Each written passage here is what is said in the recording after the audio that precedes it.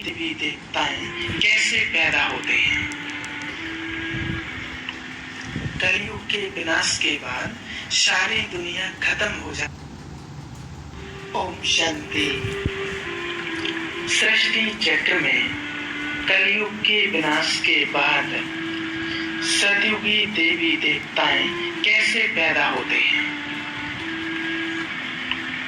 कलयुग के विनाश के बाद सारी दुनिया खत्म हो जाती है। जब सारी दुनिया खत्म हो गई, कुछ बचा नहीं, फिर पहला बच्चा कहां से आया, पहले बच्चे ने जन्म कैसे लिए, सतयुग के देवी देवताओं ने जन्म कैसे लिया, कैसे पैदा हो गए। ये सवाल बहुत से लोगों के मन में आता है और अच्छा भी है, इसको जानना बहुत जरूरी है।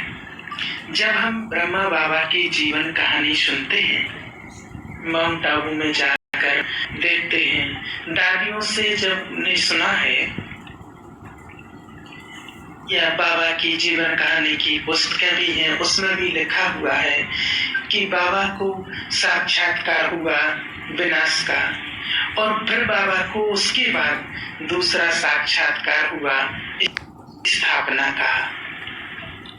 उस स्थापना के कार्य में शीन में दिखाया कि चारों तरफ जल ही जल होता है, पानी ही पानी, और देखते ही देखते उसमें बहुत सुंदर स्वर्ग का एक सीन इमर्ज होता है, बहुत सुंदर, जिसमें महल हैं, बहुत सुंदर बगीचे हैं, गार्डन हैं।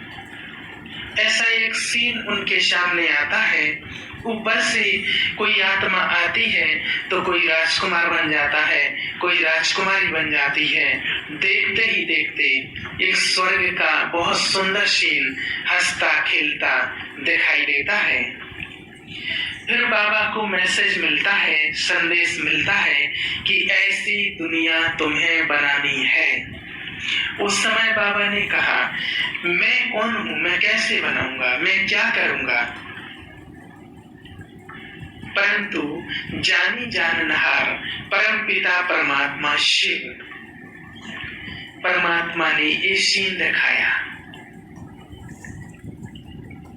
अब इस सीन में भी कल्पनाएं कई लोग जोड़ते हैं, कैसे हुआ होगा। फिर जब हम इस ज्ञान में आते हैं, बाबा की मुरलियां पढ़ना शुरू करते हैं, बाबा की दिव्य संदेशों को समझते हैं, पढ़ते हैं, पढ़ना शुरू करते हैं, तो बाबा ने धीरे धीरे करके एक एक बहुत सुंदर राज खोले। बाबा ने कई मुरलियों में कहा, मुरलियों में कहना शुरू किया कि संपूर्ण विनाश नहीं होता है, कुछ बच जाते हैं। तो जब विनाश होगा तो कुछ कैसे बच जाते हैं। तो फिर बाबा ने कहानी सुनाई, आप सबने सुनी है। जैसे कुमार की भट्टी में मटके रखे जा रहे थे, एक मटके में बिल्ली के बच्चे थे और उस भट्टी को आग लगा दी गई, और बाद में उस कुमार को याद आया कि एक मटके में बिल्ली के बच्चे थे। तो फिर वो भगवान की याद में बैठ गए। तो जब मटके पक के निकले तो मटके पक गए और बिल्ली के बच्चे सुरक्षित निकले। कितनी टफ है।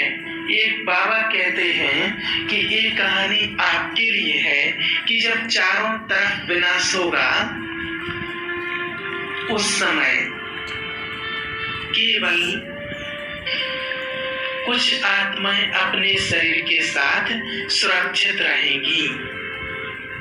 इसके लिए बाबा ने दूसरा भी एक एग्जाम्पल दिया है, होलिका का। जैसे आप सबने देखा होगा, होलिका के पास वरदानी रूप एक चादर थी, जिसको वो पहन करके बैठ गई कि मैं नहीं जलूंगी और प्रहलाद जल जाएगा। लेकिन हुआ ये कि प्रहलाद बच गए और होलिका जल गई। तो ये तो समझ में आता है दोनों दृश्य में कि आग तो लगेगी, सारी दुनिया जलेगी और राख होगी।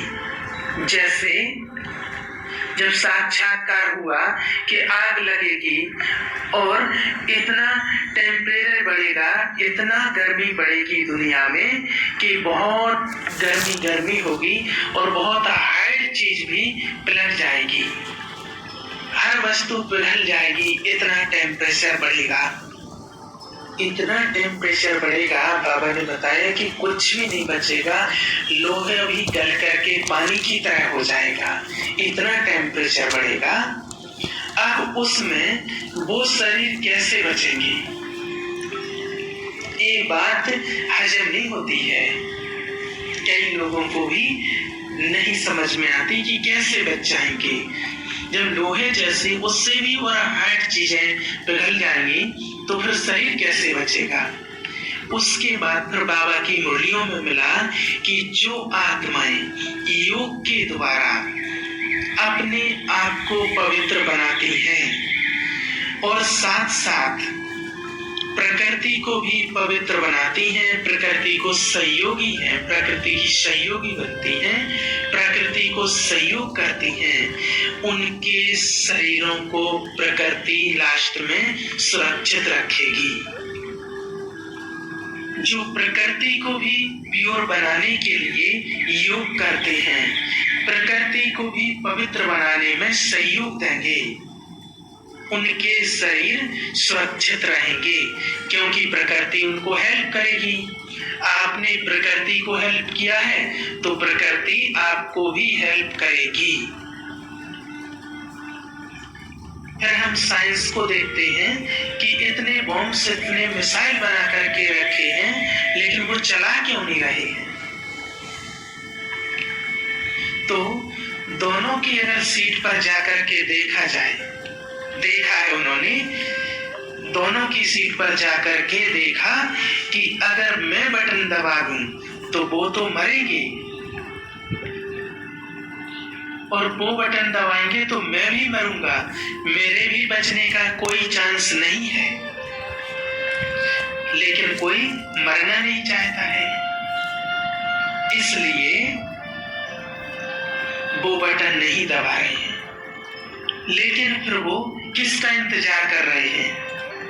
तो वो अंडरग्राउंड एक ऐसी जगह बना रहे हैं समुद्र के अंदर, पृथ्वी के अंदर, जहां कितना भी हाई टेम्परेचर का मिसाइल भी, कितनी पावरफुल हीट भी, कितना पावरफुल टेम्परेचर भी उस पर असर ना डाल सके,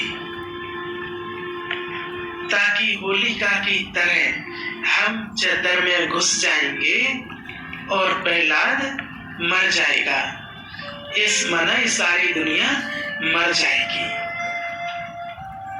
और फिर मुरलियों में आया है, भल बाबा के बच्चे सतयुग में आने वाले बच्चों का, सतयुग में आने वाले बच्चों का वो कहीं भी किसी भी जगह पर होगा, लेकिन वो सब इकट्ठे हो जाएंगे, क्योंकि सतयुग बनना है, सारे काम इकट्ठे होना है, तो फिर सब इकट्ठे भी हो जाएंगे। प्रकृति किसी ना किसी प्रकार से उनको हेल्प करेगी और वो इकट्ठे सब एक जगह हो जाएंगे। अब वो किसी भी तरीके से, किसी ना किसी प्रकार से वो उस स्थान पर चले जाएंगे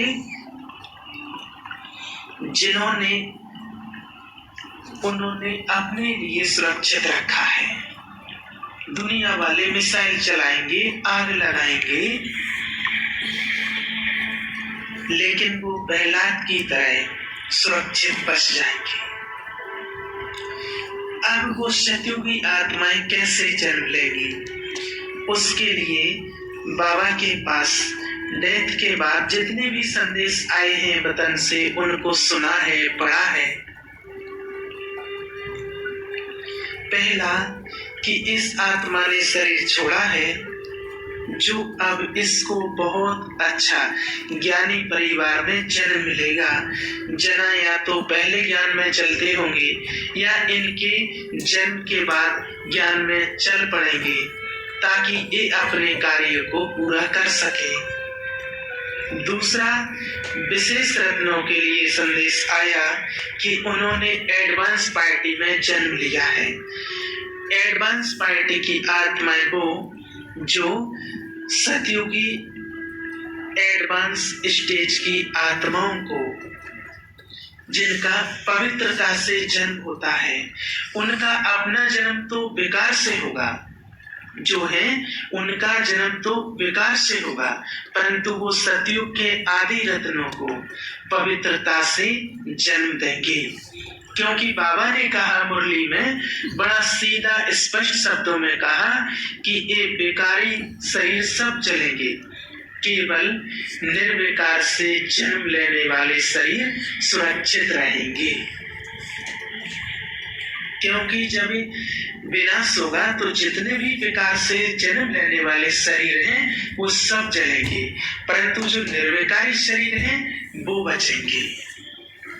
एक विशेष संदेश है, आपने पढ़ा हो, दादी प्रकाशमणि ने शरीर छोड़ा, गर्भ में गई, गर्भ से आई, तो संदेश के माध्यम से इस संदेश में है कि बाबा से दादी ने पूछा, बाबा मैं गर्भ में जाती हूँ, मैं गर्भ से आती हूँ, मुझे तो कोई बदबू, दुर्गंध, दुख कुछ नहीं होता है। बाबा कहते हैं, चुप करो बच्ची, ये राज दादी ने खोला। बाबा एडवांस स्टेज की आत्माओं को ऊपर इमर्ज भी करते हैं, तो दादी ने ये राज खोला है। तो उन आत्माओं के शरीर सुरक्षित रहेंगे। बाबा ने ये भी कहा, परम धाम तो सभी को जाना है और परम धाम से आत्माएं आएंगी और अपने शरीर को पहनकर खड़ी हो जाएंगी। इसलिए बाबा ने मुरलियों में कहा है कि पहले दिन, क्योंकि युवा आएंगे शरीर को पहनकर खड़े हो जाएंगे, तभी तो पहले दिन लक्ष्मी और नारायण को राजगद्दी पर बैठाया जाएगा, स्वयंवर होगा उनका, और उसी दिन से 111 शुरू होगा। श्री कृष्ण से 111 शुरू नहीं किया, लक्ष्मी नारायण जब उनका स्वयंवर होता है तब से 111 शुरू होता है। इसलिए सतयुगी देवी देवताएं पैदा होते हैं संगम पर और अधिकारी बनते हैं स्वर्णिम दुनिया में।